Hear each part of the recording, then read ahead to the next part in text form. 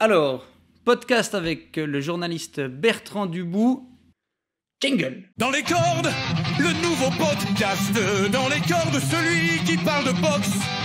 Dans les cordes, le podcast qui vous défonce. Adhério.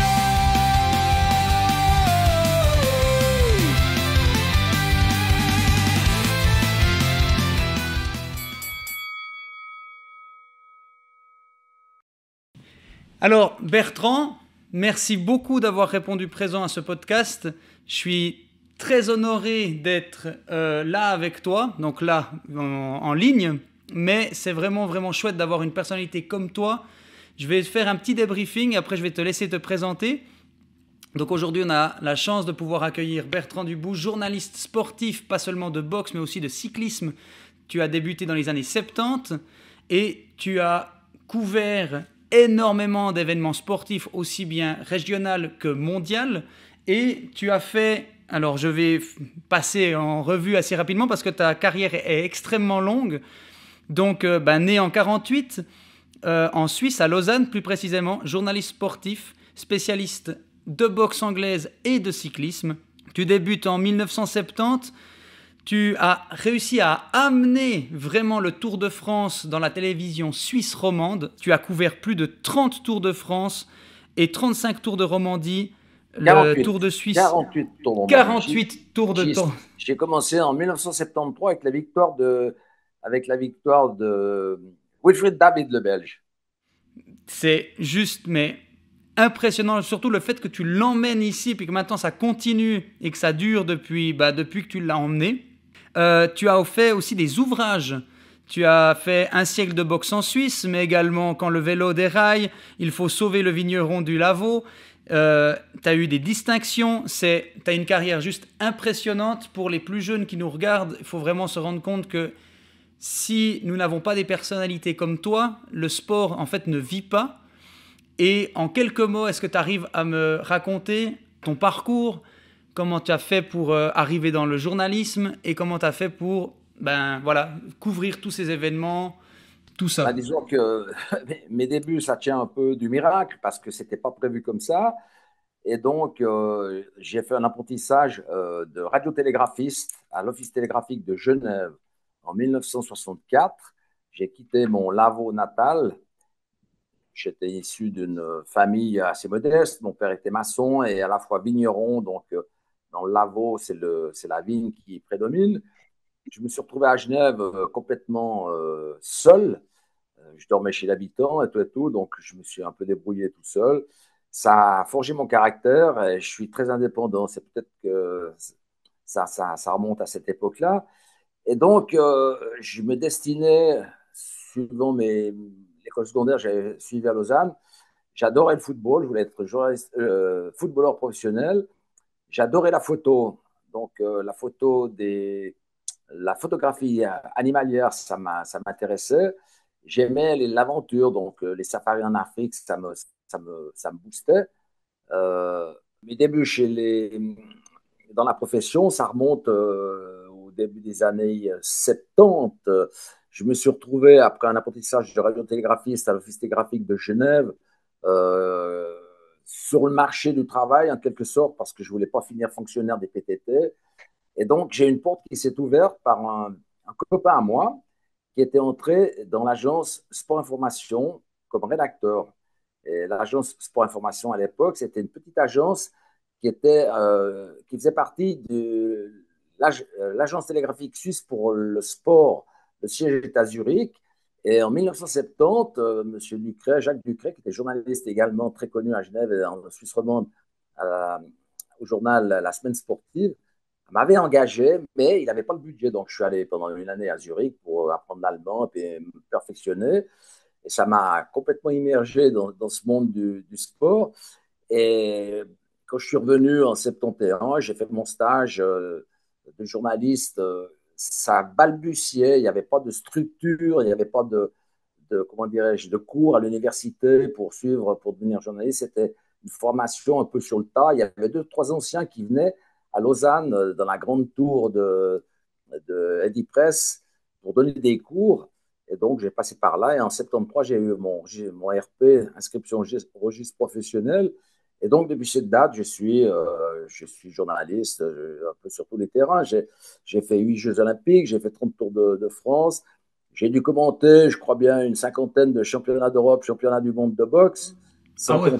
sans compter les combats, les petits sujets de 3 minutes dans les meetings en Suisse. Donc, voilà, quoi.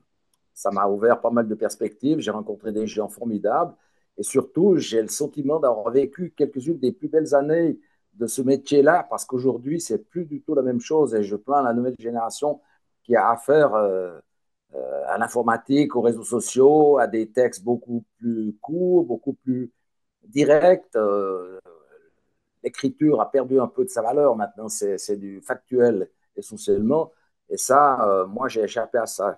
Donc, je suis, comment dirais-je, respectueux de cette chance que j'ai eue, parce qu'aujourd'hui, à mon avis, c'est plus tout à fait la même chose. Alors ça, on va revenir. Je vais justement faire des aléas entre le journalisme d'avant et le journalisme de maintenant. Comme tu viens de l'expliquer, c'est très très différent et avec des méthodes et des moyens différents.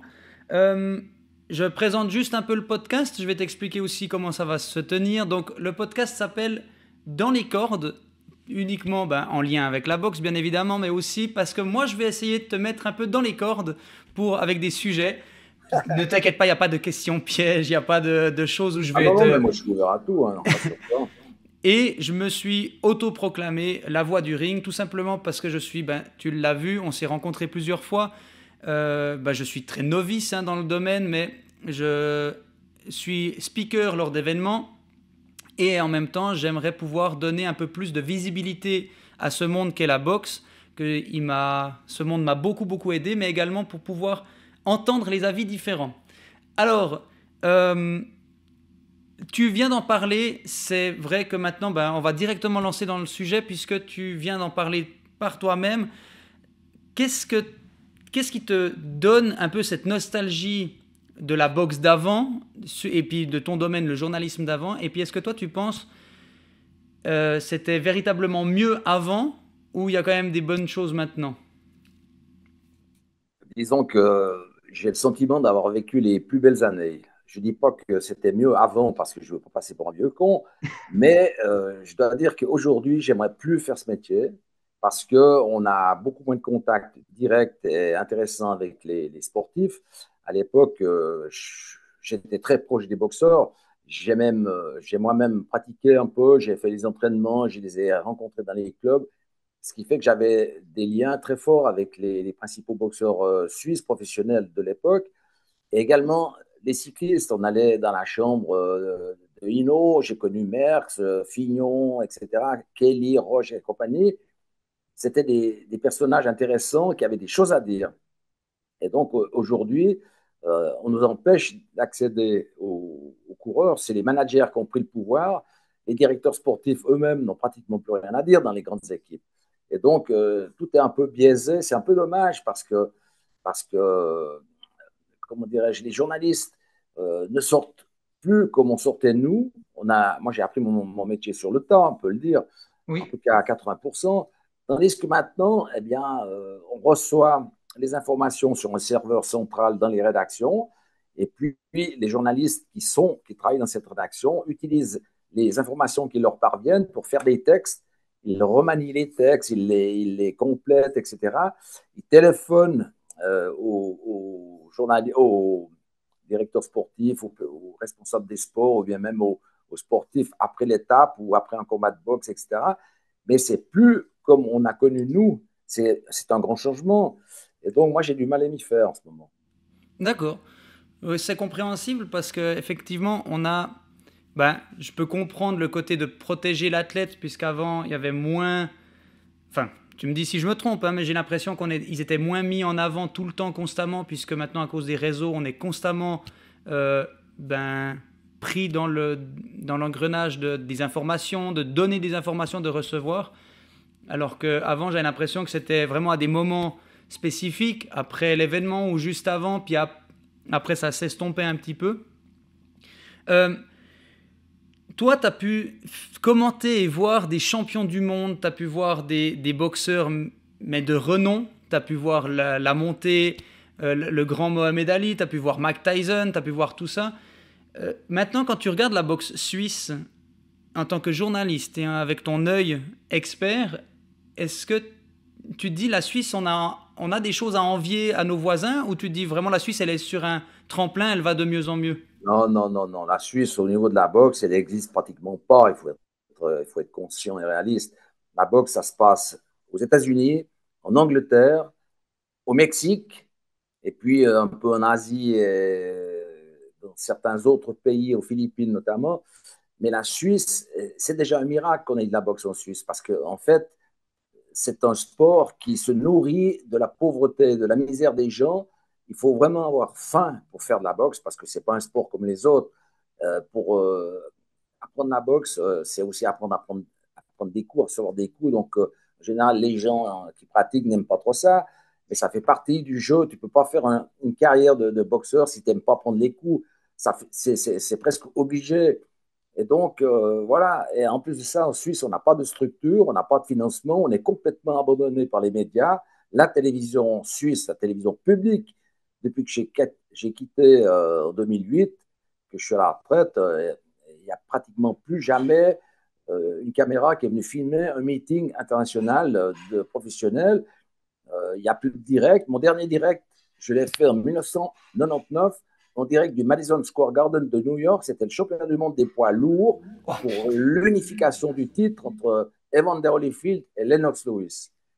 Et donc, à la fin du combat, Evander Holyfield, qui était un peu sur le déclin, il en avait pris plein la tête et tout. Et la victoire était apparemment pour Lennox Lewis. C'était depuis Fitzsimmons, sauf erreur, en 1898, les Anglais attendaient un champion du monde de poids lourd. Et normalement, logiquement, c'est Lennox Lewis qui aurait dû être sacré champion du monde unifié, mais ils ont donné match nul. Alors, ça a été un scandale monumental parce qu'il y a une des juges, une américaine, qui a donné, je ne sais pas, 4 ou 5 points d'avance à Holyfield qui avait subi le combat, et ce qui a fait que il y a eu un équilibrage des jugements. Ils ont donné match nul. Et Don King, qui était le grand promoteur des poids lourds, s'il perdait le titre mondial, il perdait le contrôle des poids lourds au niveau mondial. C'était un grand promoteur, sauf un grand promoteur anglais qui avait le contrôle des poids lourds et ça changeait toute la donne. Et en plus de ça, après, ils ont trouvé sur le compte de cette juge américaine qu'elle est au chômage depuis plusieurs années et qu'ils ont trouvé 10 000 ou 20 000 dollars, etc. Donc, à mon avis, elle a dû être payée pour voter pour Holyfield. Et apparemment, ça pesait lourd dans le décompte. Et ça a été un scandale monumental. Et moi, j'ai le dernier souvenir que j'ai de la boxe. Mais bon, c'était un autre niveau que ce qu'on a pu vivre en Suisse. Encore que, moi, j'ai vécu en 1974 le championnat du monde à Zurich des poids mouches entre Fritz Scherwer et Charchai Chonoy, le Thaïlandais, qui était le détenteur du titre WBA. Il y avait 11 000 spectateurs pour un championnat du monde de poids mouche à 50 kilos. Je ne sais Ah pas si ouais. vous imaginez. Alors, ça a été un combat très disputé. À mon avis, Scherwer n'avait jamais perdu. Ils l'ont donné perdant au point, mais il n'avait jamais perdu parce que au 10e round, Chonoy était sur les talons, il en avait pris plein la figure. Il était sur le point de tomber, mais Fritz n'a jamais réussi à mettre le coup décisif. Il a eu encore un bon round au 12e, sauf erreur. Mais sur l'ensemble du combat, et les juges, il y avait un Américain qui était arbitre, un mec d'Hawaï. Il y avait un juge américain et puis il y avait le juge Franz Sutter. Et donc, deux Américains contre un Suisse, ça ne fait pas le poids. Effectivement. Enfin, je Ils pense. l'ont donné perdant, mais pour moi, il n'avait jamais perdu le championnat du monde. C'était aussi la grande déception parce que Scherwer, c'était un personnage d'abord très sympathique et très, très, très aimé du public. C'est un des rares boxeurs qui faisait l'unanimité aussi bien en Suisse romande, au Tessin qu'en Suisse allemande, quoi. D'accord, ouais. On ressentait aussi dans le temps un peu cette Rüsti-Graben entre les Suisses. Je dirais beaucoup moins que maintenant, parce que maintenant, la Fédération suisse de boxe, Je veux dire que le nouveau président, Amir Orfia, qui est un jeune Lausannois de 31 ans, qui a été élu en 2023 pour succéder à Andreas Anderegg, qui était en poste depuis 16 ans, sauf erreur, qui a démissionné parce qu'il y a eu une cabale, il y a eu un coup d'État interne, etc., à cause de la nouvelle fédération World Boxing, qui est la seule reconnue par le CIO pour défendre la boxe au niveau du programme olympique, etc. Et la Fédération suisse de boxe avait pris la décision, mais le conseil de la fédération, le comité exécutif, et non pas les délégués des clubs. Ils ont fait leur salade entre eux. Et quand il y a eu l'Assemblée générale, les délégués des clubs, ils ont infirmé le résultat. Ils n'ont pas voulu sortir de l'ancienne fédération, ce qui fait que ceux qui avaient pris cette décision ont démissionné. C'est là-dessus que Amir Orfial, Lausannois, a été élu pour succéder à Andreas Anderegg, démissionnaire. Alors, il a fait 2 ans et demi avec un bilan remarquable parce qu'il a restructuré, il a trouvé des nouveaux sponsors, il est très, très introduit sur le plan international, il a beaucoup de contacts à l'étranger parce qu'il a travaillé pendant plusieurs années comme salarié à l'IBA, la Fédération mondiale, l'ancienne à Lausanne.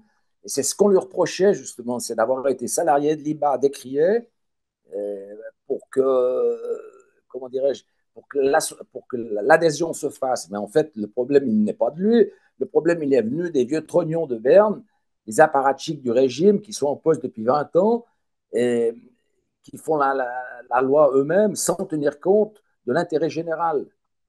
Parce que la boxe, ce n'est pas les fonctionnaires de Berne qui font la boxe, c'est les entraîneurs de clubs, c'est les dirigeants de clubs, c'est eux qui doivent décider, ce n'est pas le comité exécutif. Le comité exécutif, il doit décider sur la base de la décision qui est prise par les délégués. Mais à Berne, ils font comme ils veulent. Et donc, le 26 avril, donc il y a quelques jours, a eu lieu l'Assemblée générale des délégués. Et donc, Amir, il était contesté et ils lui ont mis en face un ancien champion de Suisse, Thomas Martaler, qui est juriste à Zurich, qui a été 7 fois champion de Suisse des poids lourds, mais c'est un apparatchik et qui n'a jamais pris de décision. Il n'était même pas très connu parce que personnalité très calme, très effacée, etc. Et moi, personnellement, je suis un grand supporter de Orfea. Je l'ai vu boxer. C'est un bon boxeur. Il était 2 ou 3 fois professionnel, mais il n'a pas trop insisté.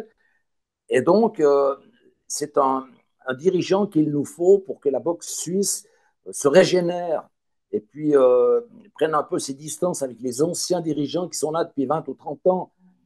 Tu penses qu'il faut un renouveau dans la boxe oui, suisse? parce que tout a changé maintenant.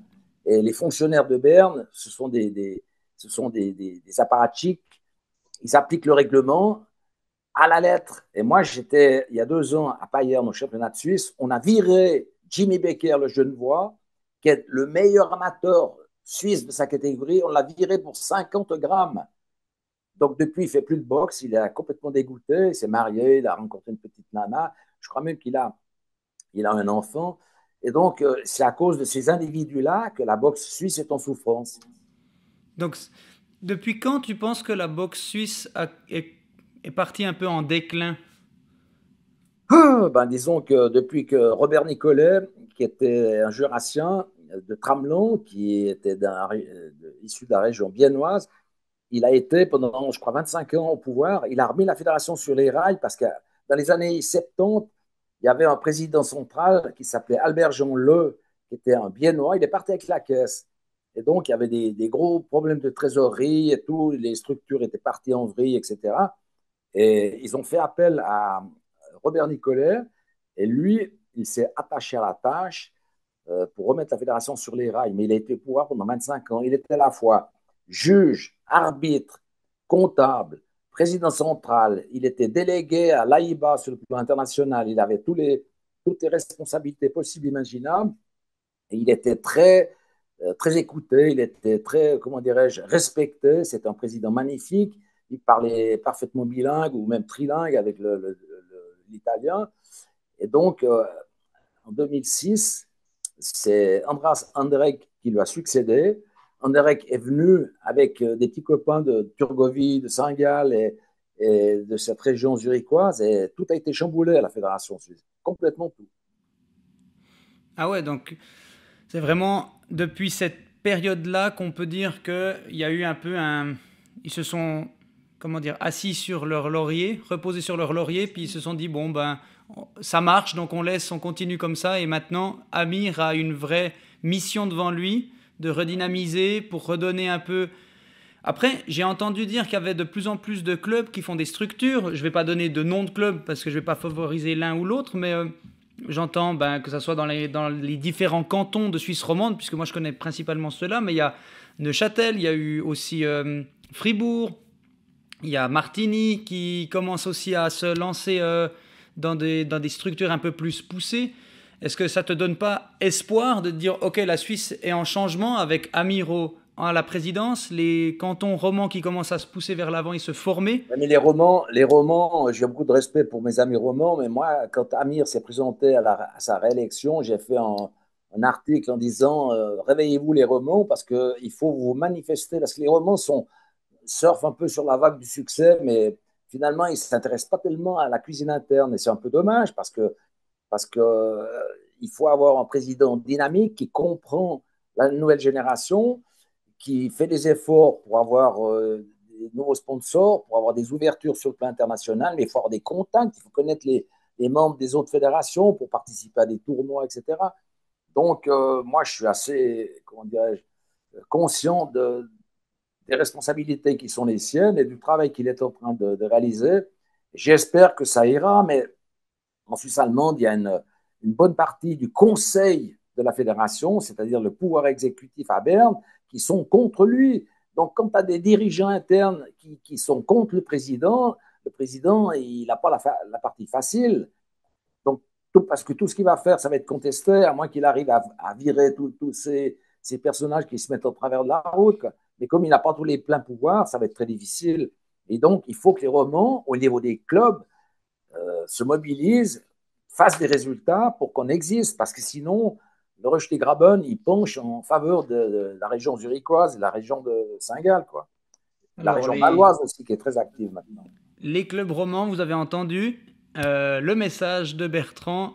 Mobilisez-vous, unifiez-vous, s'unir en fait, unissez-vous, voilà, pardon, tous ensemble pour réussir à créer quelque chose de bien pour la boxe. Moi, j'ai assez confiance, je dois avouer, parce que moi, j'étais de la génération, moi, je suis de 93, j'ai boxé dans les années quoi, 2010 par là.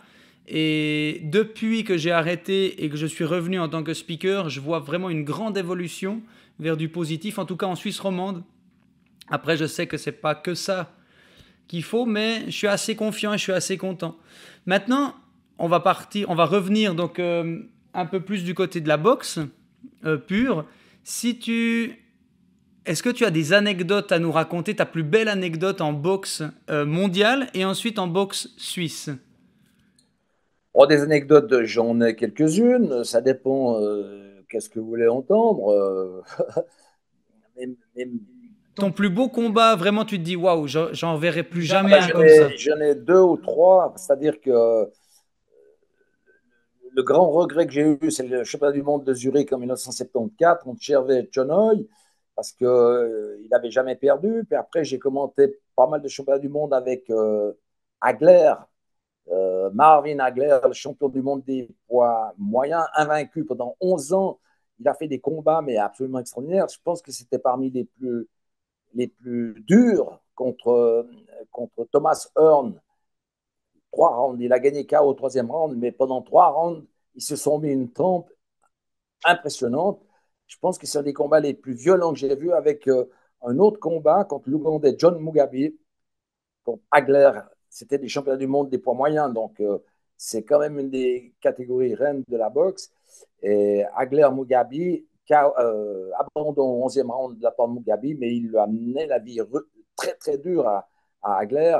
Ils se font des coups pour coups. Ça a été 11 rounds. Je pense que je n'ai pas vu un combat d'une telle durée aussi violent, sauf peut-être le championnat du monde des poids lourds entre Mohamed Ali et Frazier en 1975, sauf erreur, à Manille. Frazier avait abandonné à l'appel du 15e round. Et Ali avait dit heureusement qu'il a abandonné parce que j'avais le goût du sang dans la bouche. Puis il pouvait plus sur le. Ouais, j'avais entendu cette anecdote. D'ailleurs, quand tu as commenté des combats tels que Mohamed Ali ou comme ça, tu savais déjà que c'était quelque chose d'exceptionnel et qu'on n'allait pas forcément revoir un boxeur de cette trempe-là. Oui, parce qu'Ali, c'était un personnage qui allait bien au-delà de la boxe. C'était un personnage qui a pris des positions politiques. Il y a eu, euh, comment dirais-je, sa défense des Noirs. Après, le refus de la guerre au Vietnam, il a été suspendu. Mais quand il était à sa belle époque, quand il était jeune champion du monde, il faisait 6 championnats du monde de poids lourd la même année. 6. Maintenant, quand on en fait un tous les 2 ans, c'est un miracle. Mais à l'époque, en 66, il a fait 6 championnats du monde la même année. Donc, Ah ouais, c'est quand même. C'est c'est vraiment complètement. très décalé hein, par Ah ben, rapport à nous. oui, c'était une autre période, c'était un autre sport. Les matchs se faisaient sur 15 rounds. Purée. Maintenant, on a réduit à 12 parce que pour des raisons de sécurité et de santé, quoi. Je veux dire. Mais moi, Ali, je l'ai connu quand j'étais journaliste de la presse écrite, dans Ouais. les années 70. Parce qu'il est venu à Zurich en 71 contre Jürgen Blin, l'Allemand. Et donc, je le suivais de loin. J'étais déjà impressionné par ses qualités à la fois techniques et physiques. C'est un bel athlète, magnifique. Il faisait 1m90 et quelques. Il était souple. Il avait un jeu de jambes extraordinaire. Il avait des directs magnifiques. Il boxait et c'était un des rares boxeurs qui était capable de donner des coups en reculant. Parce que Oui. c'est une technique un peu particulière. Il avait des grands bras, donc il arrivait à toucher tout en reculant. Et lui, il était difficile à toucher parce qu'il était très souple et très mobile. Donc, c'était probablement un des plus beaux boxeurs. Mais après, quand je suis entré à la télévision en 78, j'ai dû commenter ces 3 derniers championnats du monde contre Léon Spinks en 1980. Il a perdu au point. Alors là, ça a été très, très dur pour moi parce que Spinks c'était un boxeur qui a été champion olympique à Montréal, sauf erreur, Léon Spinks. Mais sur le plan technique, c'était pas terrible. Par contre, il y avait un décalage, différence d'âge. Et Ali arrivait plus tellement à faire face. Il avait perdu au point. Mais je crois 6 mois après, il a refait un nouveau championnat du monde et il a repris son titre mondial. C'est le seul boxeur au monde qui a repris 2 fois son titre mondial des poids lourds contre le même Léon Spinks. Alors là, c'était formidable et tout. On s'est dit, mais bon, on sentait qu'il était au bout du rouleau parce qu'il était un peu usé. Et puis en 80, il a encore fait un autre combat contre le champion du monde qui lui avait succédé, Larry Holmes, qui était un très beau champion du monde, pas très connu, mais très beau champion du monde. Et là, il a perdu au point parce que Larry Holmes l'a laissé vivre ses 12 rounds. Sinon, il allait le fracasser. Il était dans les cordes. Il avait plus de garde. Il ne pouvait plus monter les bras parce qu'il était fatigué et tout. Et moi, j'ai dû commenter ça. J'étais en direct à Genève. Je n'étais pas sur place, hein. Et donc, j'avais les larmes aux yeux de voir Ali se faire casser la figure alors que Larry Holmes, 7 ou 8 ans auparavant, c'était son sparring partner d'entraînement. Et Purée. là, il lui cassait la figure et donc il n'arrivait plus à se défendre. Et l'autre, il refusait de frapper parce qu'il appelait l'arbitre à intervenir. Et l'arbitre, il ne voulait pas intervenir. Il n'est pas intervenu parce qu'il voulait laisser vivre Ali, mais ça, c'était terrible. Ça. Je pense que c'était un des combats les plus Marquant. ouais, très difficile de commenter ça. Ça me faisait mal au cœur pour Mohamed Ali. Euh, Comment, toi, avec ton œil, maintenant, je te vois de temps en temps, typiquement à Fribourg, tu avais déjà fait ou comme ça, euh, ou encore à Genève ou à Martigny, je m'en souviens plus où on s'était croisés. Euh, je crois Genève la première fois.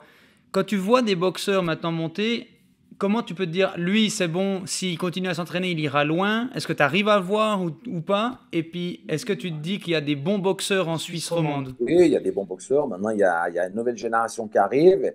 Et à mon avis, il y en a deux qu'il faudra suivre de très près. C'est Félix Meyer de Lausanne. Il a 20 ans, il a 4 combats, 4 victoires, dont 3 avant la limite. Félix Meyer, c'est le plus beau boxeur que j'ai vu professionnel depuis Scaca et Martelly, hein. Il D'accord, est, ouais. il a une gauche magnifique, comme avait Eric Nussbaum à Genève dans les années 70, une belle gauche, et il met des uppercuts magnifiques. Et là, à Berne, le 18 avril, je suis allé voir, il a disputé son 4e combat contre un Italien qui n'était pas facile. Il a gagné au point, mais l'Italien était très agressif et il lui a mis la pression du premier au 6e round. Et il a été par moments un peu pris de vitesse, mais grâce à sa technique et à sa maîtrise du ring, il s'en est parfaitement sorti. Et c'est là que moi, personnellement, j'ai vu que c'était un bon boxeur. Parce qu'il est jeune, il a été champion de Suisse il y a 2 ans des poids moyens, sauf erreur, ou super welter. Il boxe à 70 kilos, mais il est magnifique. Je pense que c'est le plus grand espoir qu'on a, en tout cas en Suisse romande, peut-être même sur le plan suisse, avec Léonid Berisha de Payerne. Parce que Léonid Berisha, c'est en 85 kilos, 2 fois champion de Suisse. En Suisse, il a pratiquement plus d'adversaires. C'est un frappeur assez efficace. Et donc, moi, j'espère qu'il va passer professionnel dans un meeting que je suis en train de monter à Lavaux, à Pidou, pour le 24 octobre prochain. On va le faire passer professionnel ce soir-là et j'espère qu'il va me remplir la salle parce qu'il est très populaire à Payerne. Il déplace du monde, il appartient à la famille kosovare. Il est né à Payerne, mais il est d'ascendance kosovare.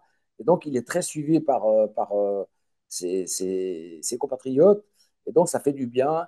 Et c'est grâce à ces gens-là, je dois le dire, grâce à l'immigration, que la boxe existe encore en Suisse. Parce qu'à une certaine époque, il n'y avait plus grand-chose. Hein. J'étais même très inquiet. Je me demandais si la boxe allait survivre à l'an 2000. Et puis, quand il y a eu la guerre des Balkans, il y a beaucoup de Kosovars, il y a beaucoup de Serbes, de Croates, de Macédoniens, de Bosniaques qui sont venus en Suisse et qui ont, comment dirais-je, pris des licences, qui ont pratiqué la boxe dans les clubs en Suisse alémanique, chez nous en Suisse romande, à Genève, à Lausanne, partout. Et ça a complètement relancé la boxe. Et grâce à eux, il faut le dire, grâce à l'immigration, eh bien, les licenciés suisses amateurs sont passés de 435 à 850 aujourd'hui. Ah ouais. Donc, jamais la boxe suisse n'a connu une telle situation. Donc, c'est plutôt encourageant.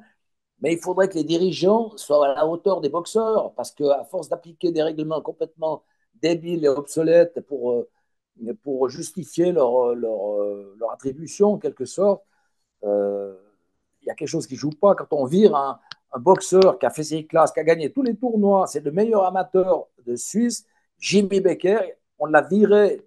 Je vais donner le nom de ce monsieur, il s'appelle Hugo Kellenberger, c'est le responsable de la commission technique. Il l'a viré du championnat de Suisse à Payerne il y a 2 ans pour 50 grammes. Il n'a même pas voulu qu'on lui propose une deuxième pesée sur une autre balance à l'extérieur. Non, règlement, c'est le règlement. Ciao. C'est On a ce complètement côté un peu inadmissible, c'est très un carré. scandale. Hein. Voilà. Moi, je suis complètement révolté contre ces gens-là.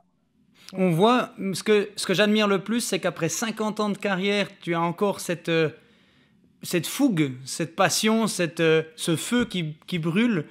Et j'estime que, je pense que c'est parce que la boxe t'a beaucoup donné, tu aimerais lui rendre. Elle m'a donné quelques émotions et des beaux souvenirs, ça c'est sûr, parce que j'ai vécu une époque où, quand Chervet boxait, il y avait 20 mètres de queue sur les trottoirs pour acheter les tickets. Qu'est-ce qui fait que maintenant c'est plus comme ça? C'est vraiment que à cause des médias ou ça peut être un mélange de tout, hein? Non, Les dirigeants, les médias, les oui, boxeurs. disons, il y a pas que ça, mais il y a l'économie qui va pas très bien, les sponsors qui ont disparu, mais les sponsors ont disparu parce que la télévision, elle a complètement délaissé la boxe. Moi, quand j'étais encore en activité, je prenais une caméra de temps en temps et j'allais faire des meetings. 3 minutes, on n'a pas besoin de faire du direct, mais on faisait des petits commentaires sur ce qui se passait. On était toujours un peu présent dans l'actualité. On a suivi Patrick Kinegamazi. Il a été 5 fois champion mondial pour la fédération WBF. Il n'a jamais passé à la télévision suisse romande. Il n'est même pas connu en Suisse alémanique. Ils ne savent pas qui c'est. Il a fait 36 combats, il en a gagné 33. Ah, purée. Yves Studer, le fribourgeois, il a quitté le ring avec 29 combats et 2 matchs nuls, aucune défaite. Il n'a jamais passé la télévision suisse romande. Il n'existe pas pour la. C'est pas normal, il est né à Fribourg. Ouais, c'est vrai que qu'est-ce que tu expliques ça? Est-ce que c'est un manque d'intérêt ou c'est l'image que la Non, boxe non, non, non, reflète? c'est une question de personne, parce que le directeur, je sais pas, c'est un terme qui n'est pas tout à fait adapté au personnage. Le chef des sports de la télévision romande, il n'a jamais voulu que s'intéresser à la boxe. Moi, quand j'ai quitté, il m'a fait comprendre que ce sport de merde, c'était terminé. Donc, quand tu tiens des discours comme ça, euh, tu n'as pas de rôle à jouer au niveau qu'est le sien, parce que c'est un sport olympique, à ce que je sais. Et donc, je vois aucune. Les gens qui paient la redevance, ils ont autant le droit de voir des combats de boxe que de voir du hockey sur glace, du football. Alors, on nous gave de football, de hockey, de ski. Bon, le ski, c'est un sport national qui fait du bien à la fierté de nos compatriotes. Mais la boxe, il n'y a aucune raison qu'elle soit ostracisée. C'est pas Mhm. normal, c'est un scandale. C'est Alors, vrai on nous qu'on dit, oui, il n'y a, n'a pas- pas il y a, beaucoup de il y a pas médias. de résultats internationaux, etc. Mais tu ne peux pas faire des résultats internationaux si tu n'as pas un soutien médiatique, un soutien financier, un soutien public. Tu ne peux pas. Il faut mettre tous les éléments, tous les paramètres ensemble pour arriver à faire quelque chose. Parce que la boxe manque d'argent. Il n'y a pas de structure, il n'y a pas de millionnaires, etc. À moins d'avoir un oligarque ou un mécène qui met de l'argent à disposition pour faire des meetings. Mais ça, on peut pas rêver, quoi. Et puis pourtant, au niveau des compétitions, même internationales maintenant, on a eu des résultats quand même avec Thomas Mbois ou encore Bruno, je m'en souviens plus de son nom de famille, mais ils sont allés au Portugal, ils ont gagné des ceintures. Enfin, voilà, c'est pas des championnats du monde, mais c'est quand même le premier échelon pour aller vers le Oui, sommet. parce qu'il y a des boxeurs qui ont envie, qui ont du mérite et tout, ils ont des qualités, mais le problème, il faut savoir que quand ils vont boxer à l'étranger, ils doivent payer de leur poche. Oui. Ils doivent payer de leur poche. On leur donne même pas un training. Ou alors, si on donne un training, ils doivent le rendre quand ils reviennent au pays. Non, mais je veux dire, la boxe suisse, elle évolue à ce niveau-là. Quand on va aux Jeux Olympiques, depuis 1972, il n'y a pas un amateur suisse qui s'est qualifié pour les Jeux Olympiques. Donc, ça veut dire qu'il y a quand même un problème. Parce Mhm. on n'a pas le niveau. On n'a pas le niveau. Qu'est-ce qui nous manque par rapport aux autres nations pour qu'on ait le niveau? Ceux qui vont aux Jeux Olympiques, ils ont 300 combats. Les nôtres, Mboua, il est d'origine camerounaise. Le fribourgeois poids lourd, il est spectaculaire. Il boxe un peu comme Mohamed Ali d'ailleurs. Il donne des coups, il a des grands bras, il boxe en reculant, il est souple. Il a essayé de se qualifier. Il a fait 2 tournois, dont un à Milan. Il a gagné. Il avait 8 combats contre un mec qu'on avait 150, je ne sais pas combien. Il a Ouais, gagné c'est son premier combat, donc on avait beaucoup d'espoir. Et puis au deuxième, il a été disqualifié parce que, je ne sais pas, l'arbitre a estimé qu'il boxait avec la tête un peu trop bas. Il l'a disqualifié, mais le mec, il avait déjà fait deux championnats du monde amateurs. Et donc, c'était complètement déséquilibré. Et puis après, ben, il va aller à Bangkok, mais il va y aller à ses frais, donc il n'est pas allé parce que la fédération camerounaise, c'est une fédération fantôme pour les amateurs. Elle n'a pas d'argent, donc elle ne s'occupe pas. C'est le Boxing Club de Fribourg qui a participé au soutien financier de Mboua, qui a aussi payé de sa poche. Donc, c'est pas comme ça qu'on va pouvoir aller aux Jeux Olympiques. C'est pas possible, il ne faut pas rêver. non. Et puis, une autre question, la boxe avant, elle était véritablement plus dure que maintenant? Et si oui, du coup, pourquoi donc? Ben parce que la vie était plus difficile avant, parce que il y avait plus de boxeurs qui faisaient des métiers durs, qui travaillaient sur les chantiers, qui étaient maçons, qui étaient. Moi, j'avais un grand veau à la veau. Il y avait, comment il s'appelait, Ernest Monnier, triple champion de Suisse des poids super welter. Il était vigneron, travaillait la vigne. Il avait des mains, des pognes comme Poulidor en vélo, qui était agriculteur. Donc, ces gens-là, ils venaient du terrain, ils venaient de la terre, ils avaient une force naturelle.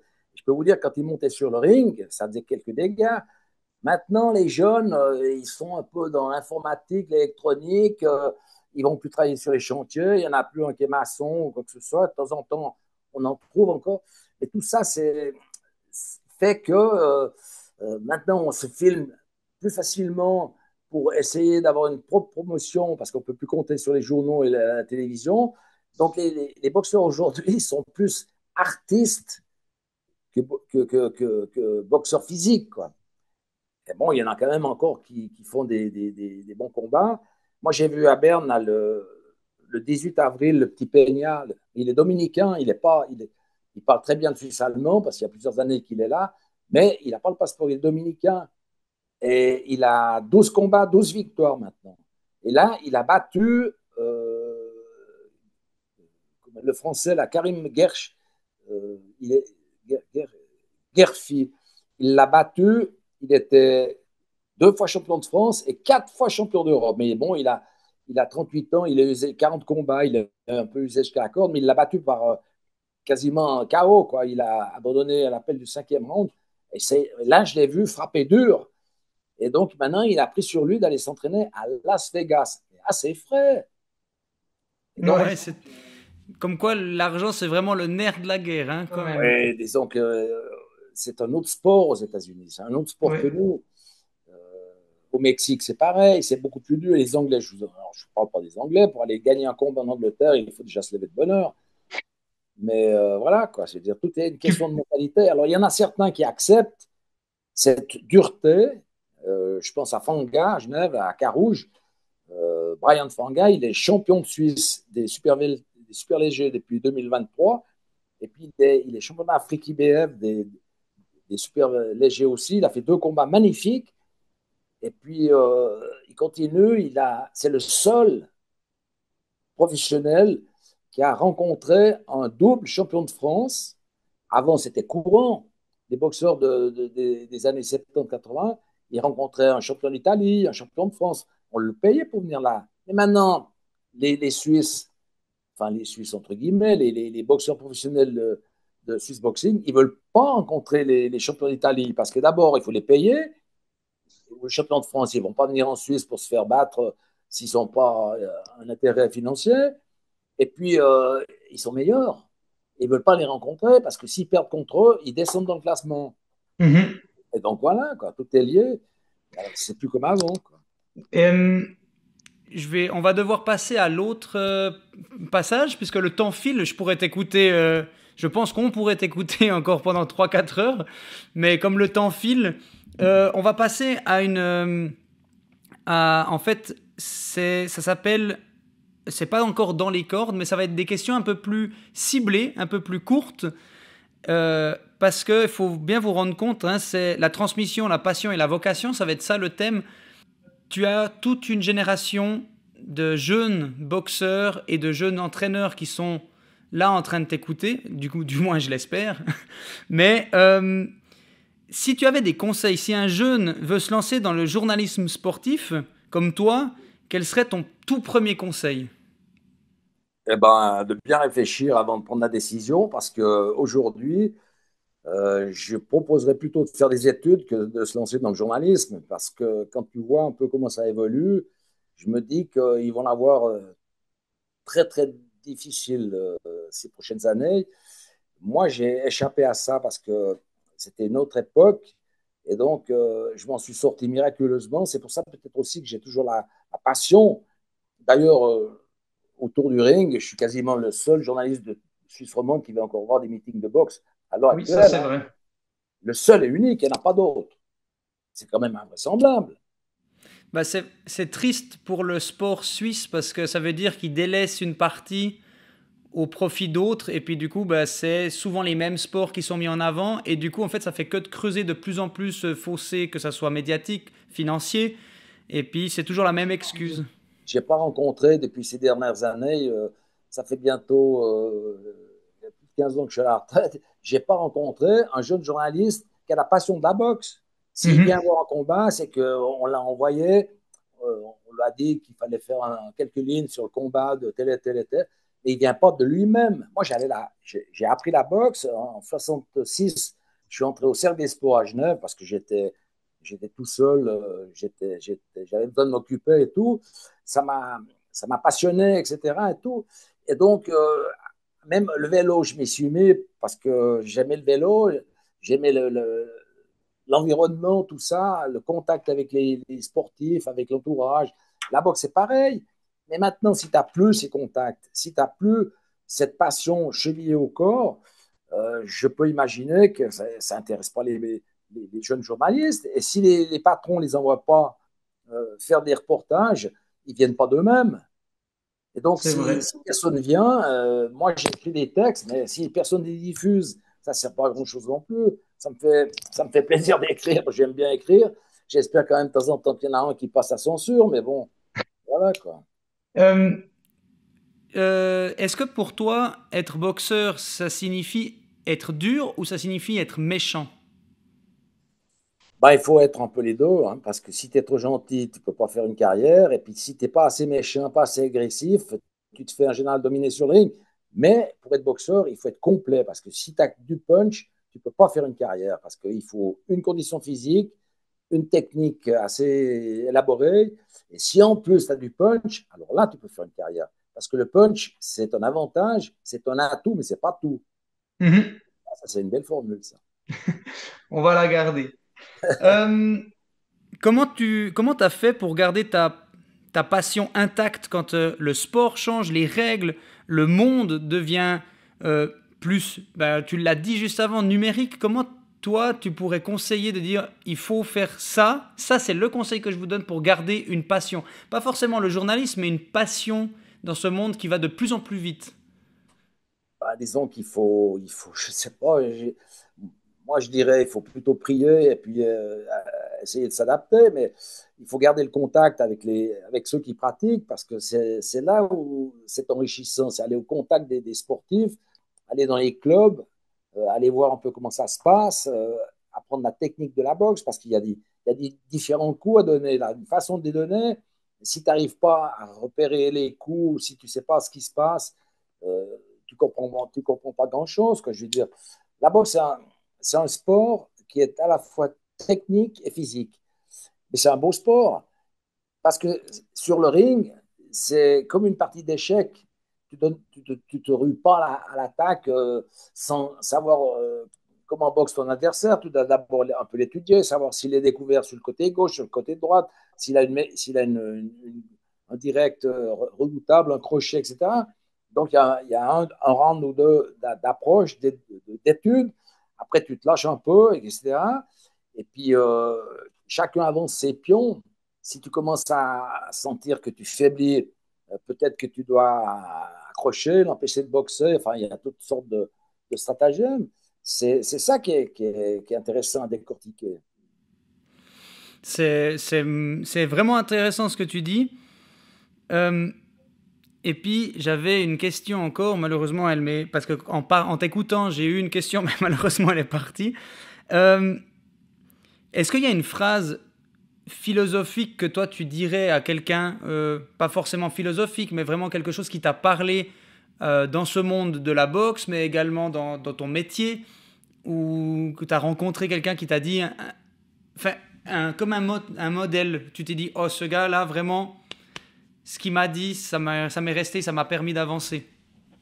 Bah, disons que j'ai eu la chance de connaître un certain nombre de grands journalistes français, notamment sur le Tour de France, mais aussi parce que j'ai commenté quelques championnats du monde avec Antoine Montero, qui était un poids coq qui venait de Cluse, en Haute-Savoie, qui boxait pour le Boxing Club Genevois dans les années 70. Il est allé en Angleterre battre Keith Wallace, qui était le champion d'Angleterre, champion d'Europe.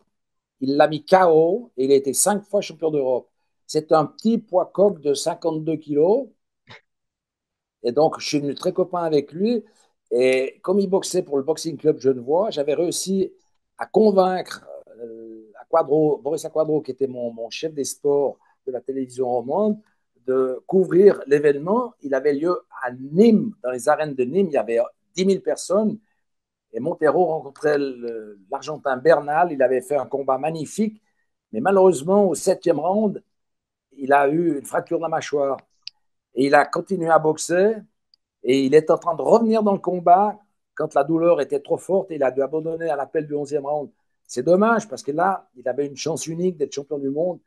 Et depuis, eh ben, j'ai sympathisé avec lui.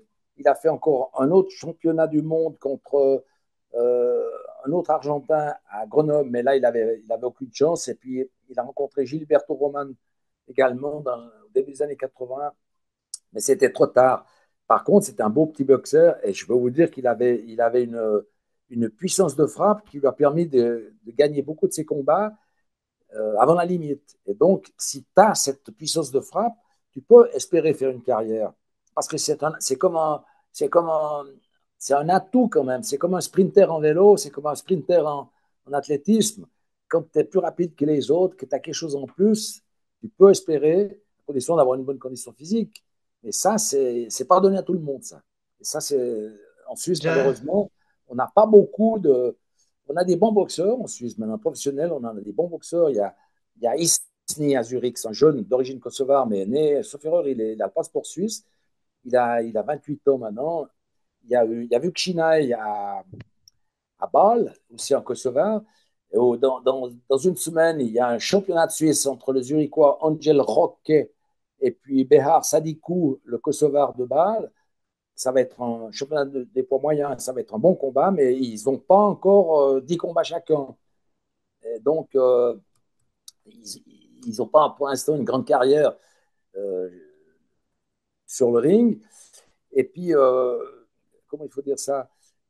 En Suisse romande, il y avait Benoît Hubert. Moi, j'y ai cru, le Valaisan, là, le poids lourd Valaisan. J'y ai cru beaucoup parce que chez les juniors, il était irrésistible. Mais après, il a fait une pause de 6 7 ans. Il est parti à l'étranger et tout. Il est revenu, il était déjà un peu âgé. On a fait, il a repris la boxe. Il avait fait un meeting à La Chaux-de-Fonds, sauf erreur. Moi, je l'ai suivi.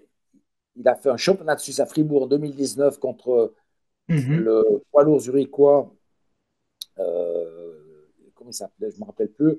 Il a gagné, il était au bord du chaos au 6e et au 7e round. Il s'est repris et lui-même a gagné par chaos au 11e. C'était un combat absolument époustouflant. Mais après, il est parti un peu en vrille, il était ingérable, il a voulu le faire tout seul. Et quand tu es boxeur, tu ne peux pas faire tout seul. Tous ceux qui se sont lancés pour faire une carrière tout seul, ils ont échoué. Ça a été le cas de Walter Blaser à Genève dans les années 70. Il ne voulait pas d'intermédiaire, il ne voulait pas donner 30% à son manager, entraîneur, etc. Ben, Ah, il était super doué pour son efficacité. Il a fait un championnat du monde, championnat d'Europe contre un Espagnol en 72 à Zurich et il a perdu au point. Donc, tout le monde a échoué. Tout le monde a échoué, c'est dommage. Les grands boxeurs suisses, il y en a eu trois avant la guerre. Badou, Clément et Dubois à Genève, entre 1915 et 1938. Après, pendant la guerre, il y a eu Roby Sedel, le Valaisan, Frély, Calistro Etter, d'un père péruvien et puis d'une maman zurichoise. Et puis après, ben, il y a eu Fritz Gervais, 5 fois champion d'Europe.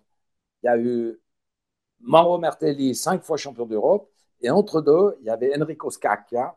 À mon avis, c'était le plus doué de la classe, parce qu'il était spectaculaire, il boxait bien, il avait la gueule, et il gagnait à la limite. Mais malheureusement, il a fait 2 championnats d'Europe. Il a échoué les 2 fois dans des circonstances un peu particulières. Et ça, c'est le grand regret de ma carrière, mais de lui aussi. Maintenant, il est décédé parce il a attrapé un cancer, je ne sais pas quoi. Mais il avait tout pour être champion d'Europe, tout. Mais malheureusement, les circonstances ont fait qu'il a dû s'incliner contre Saïd Skouma, le Marocain de Paris, alors qu'il n'était pas prévu qu'il rencontre un frappeur aussi terrible parce que son adversaire allemand, Steiner, il a fini en prison. Donc, ils ont dû changer au dernier moment d'adversaire. Et c'est dommage parce qu'il s'était préparé pour rencontrer Steiner. Et puis, il est tombé sur Skouma. Skouma, c'était un puncher pur. Gagnait tous ses combats par KO. Et donc, il n'a pas tenu le choc. Et voilà, c'est dommage. c'est fou parce qu'en fait, je remarque à quel point le journalisme va beaucoup plus loin, le vrai journalisme. Et je pense que c'est ce qui te fatigue un peu de voir de ce nouveau journalisme. Parce que là, quand je t'entends parler de boxe et des boxeurs, tu parles pas simplement il frappe fort, il a gagné ça. Tu connais toute la vie des boxeurs. Il faut s'intéresser à l'humain, quoi. C'est ça. Et du coup, je pense que c'est ça, pour ma part aussi. Hein, je suis pas autant, j'ai pas autant d'expérience que toi, mais C'est ce que je trouve un peu dommage, c'est qu'en fait maintenant on s'intéresse aux statistiques, on est là, ah il a marqué tant de buts, il court tant de vitesse, puis oui c'est très bien, mais de comprendre d'où la personne vient, son parcours, sa vie privée et tout, je trouve, sans rentrer dans l'intimité de la personne, je trouve ça beau c'est là où en fait c'est pour ça que j'aime t'écouter et je pense que beaucoup de gens aiment t'écouter et te lire parce qu'en fait c'est pas simplement euh, voilà, et il a marqué tant de points, il a fait ça, il a esquivé tant de fois, et puis merci, au revoir. Par contre, on va rentrer dans la dernière sphère qui s'appelle dans les cordes. Donc dans la dernière phase, je vais te poser des questions et il faudra que tu répondes de façon très spontanée et le plus court possible. D'accord? Ah ouais, sans problème. Parfait. Et après, on pourra rentrer en détail à la fin. Et après, on arrivera gentiment au bout. Euh, alors, t'es prêt? C'est la phase dans les cordes. Mieux avant ou mieux maintenant? Mieux avant. Mohamed Ali ou Mike Tyson? Mohamed Ali pour la technique et Tyson pour l'efficacité Boxe olympique ou boxe professionnelle? professionnelle.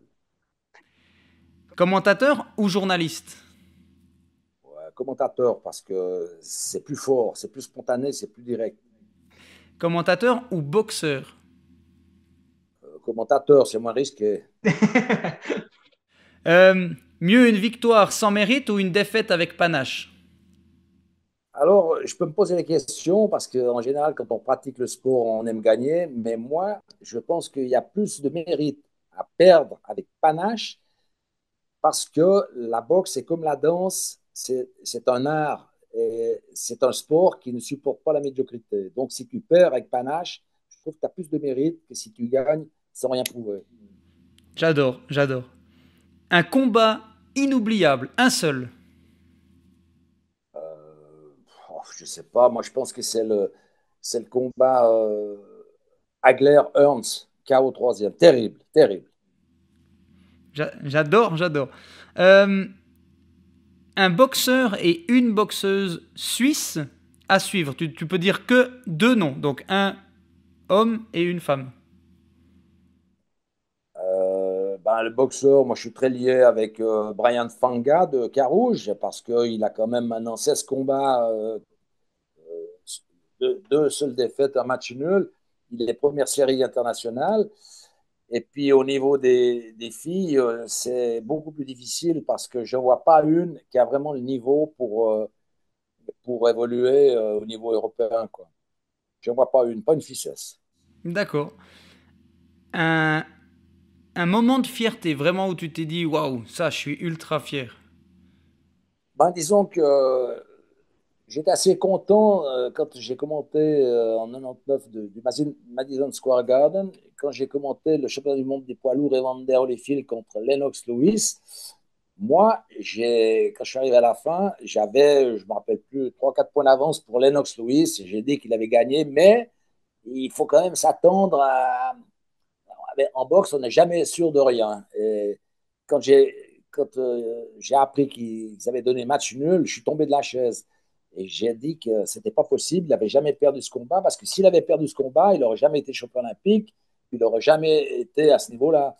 Mhm. Donc, j'ai quand même le sentiment que j'arrive bien à, comment dirais-je, à me rendre compte de la qualité des combats. Un regret.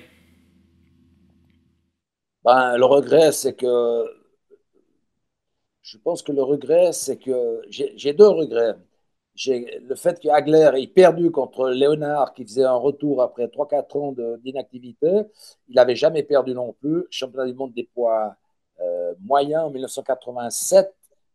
Hagler, c'était pas le meilleur Hagler, mais Léonard, il boxait que les 20 minutes, les 20 dernières secondes de chaque round et il a impressionné les juges. Mais Hagler n'avait jamais perdu de combat. Je dis pas que Léonard méritait pas d'être à la hauteur de Hagler, mais ils auraient pu donner match nul et puis refaire un autre championnat du monde une année après.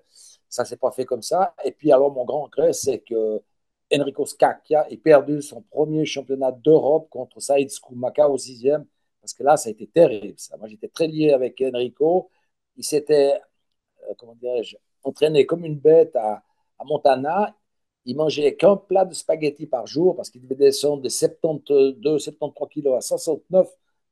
Il devait passer des moyens au super welter. Ils avaient prévu le combat à 69, 800 contre Steiner. Et la maison Vander de Berne lui avait préparé des boissons énergétiques pour compenser son manque de vitamines par rapport au fait qu'il ne mangeait pas beaucoup. Et donc, le fait qu'ils aient changé d'adversaire, ça a complètement bouleversé ses plans. Il a échoué contre Sukuma. Et ça, c'était terrible, ça. Je pense que ça a ruiné sa carrière. Un seul mot pour décrire la boxe. Ben, c'est le seul sport où on se donne des coups en se regardant dans les yeux. On ne peut pas en dire autant du football et du hockey sur glace. Donc ce serait sincérité pour toi. Je pense que c'est ça. Et le respect de l'adversaire. Je pense que c'est un terme qui justifie toute sa définition. Euh, Ta devise? La Romandie, une autre Suisse. J'adore. On est arrivé au bout de ce podcast. Quand est-ce qu'on pourra te revoir? Quand est-ce qu'on pourra te revoir dans un gala? Quel est le prochain rendez-vous que tu as à nous donner? Alors, pour l'instant, j'ai des séances de travail parce qu'on est en train de préparer un grand meeting de boxe pour le 24 octobre. C'est un vendredi soir à Puydou, au cœur de Lavaux. Il y aura 5 combats professionnels avec Fanga, avec Berisha, avec Félix Mayer, et puis peut-être Tazi, encore un autre carougeois, et puis 4 combats d'amateurs avec Mia Mori, champion de Suisse, Marwan Maslar, champion de Suisse, Adjekoum, le carougeois, champion de Suisse, et Yannick Molu, champion de Suisse. Donc, Voilà. c'est difficile de faire mieux. Hein. Ouais, alors là, ça va être un rendez-vous à pas louper. Bertrand, merci pour tout, pour aujourd'hui, pour ta passion, pour tes 50 années de service et que en plus tu continues, tu es actif tout le temps, tout le temps, tout le temps. C'est juste magnifique. J'admire ta passion. J'espère que les gens qui nous ont écoutés, ça va vous donner en fait une envie d'avoir cette passion, de pouvoir la garder jusqu'au bout. Est-ce que tu as un dernier mot pour la boxe suisse romande, que ce soit pour la fédération, pour les clubs, pour les boxeurs? Bah, disons que moi, j'ai bon espoir que la boxe retrouve un peu ses lettres de noblesse suisse, hein, parce qu'au niveau mondial, c'est beaucoup plus difficile. Mais au moins en Suisse, qu'on revive les belles années qu'on a vécues entre la fin des années 70 et puis les années 2000, parce que là, maintenant, on ne sait plus très bien à qui on a affaire. Et comme on n'a pas, il n'y a plus de journaux, il n'y a plus de télévision, il n'y a plus de sponsors, le public a du mal à suivre parce qu'on n'a pas de salle. Entre Lausanne et Genève, il n'y a pas une salle où tu peux mettre 2000 spectateurs avec un ring au milieu. C'est un scandale. À Lausanne, capitale olympique, tu ne peux pas organiser une grande manifestation parce qu'il n'y a pas une salle où tu peux mettre 2000 personnes. Il n'y a pas de gradin, il n'y a rien du tout. Alors, tu peux faire tu vas au palais de Beaulieu et tout, mais tu dois construire les gradins, des échafaudages, tu dois payer un maximum à la ville de Lausanne.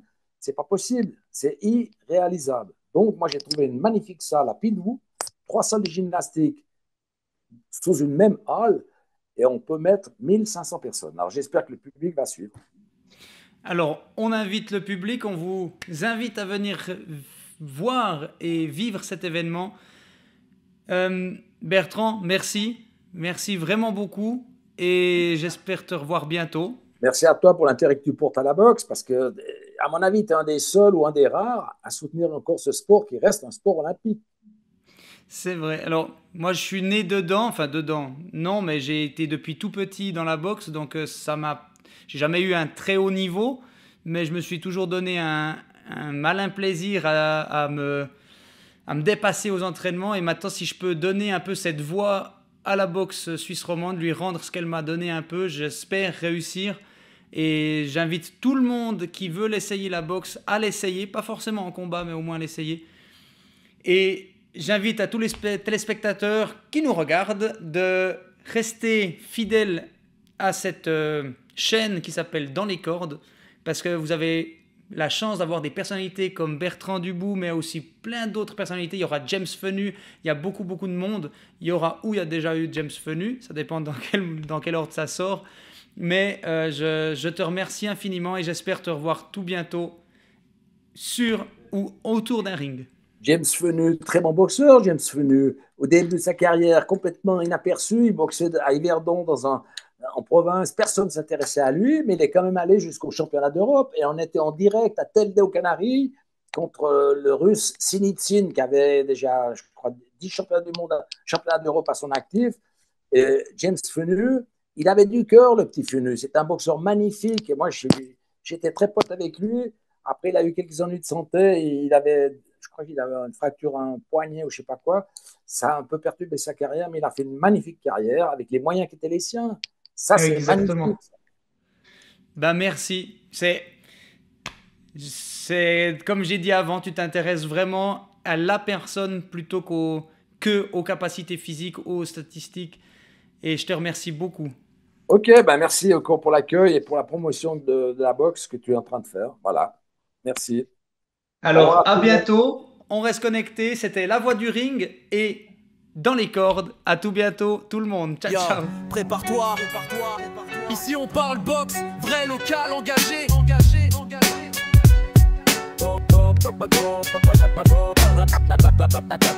La pression qui monte lentement. C'est plus qu'un sport, c'est une scène. Des gants, des rêves, des rounds, des chaînes. C'est le feu des rings suisses, des légendes qui montent. Et moi je les reçois au micro, là où la passion compte. Coup de gong. Prépare-toi à entrer dans le ring. Interviews exclusives, parcours inspirant. Bienvenue dans les cordes, c'est l'heure du show avec la voix du ring. James Fenu, Aldo, François et tous ceux qui frappent fort. Bienvenue dans le show, là où parle sport. Comme Rocky, on tient jusqu'au gong. Pousse-toi, je suis fort comme King Kong. Tu l'as compris, c'est l'heure du sparring. Et je vous emmène tous sur le ring. Moi c'est la voix du ring. Depuis Fribourg et tous les boxing clubs d'ici à là-bas, y a des coachs qui forgent des guerriers au combat. Du Léman en passant par le Valais dans les gyms de quartier. Du sang, du cœur dans les sacs déchirés. À Nyon on tape dur, technique et respect. À Neuchâtel on forme des projets concrets. Des crochets à gauche, des droites qui font trembler. Le style est suisse mais les rêves sont mondialisés. Les vestiaires sentent le cuir, le défi le vrai. Pas de triche ici, juste des rounds et la paix. Ils montent sur le ring pour écrire leur récit. Et moi je leur donne la voix dans chaque épisode ici. Gauche, gauche, droite, gauche, crochet, hypercute. Moi c'est la voix du ring. La voix du ring.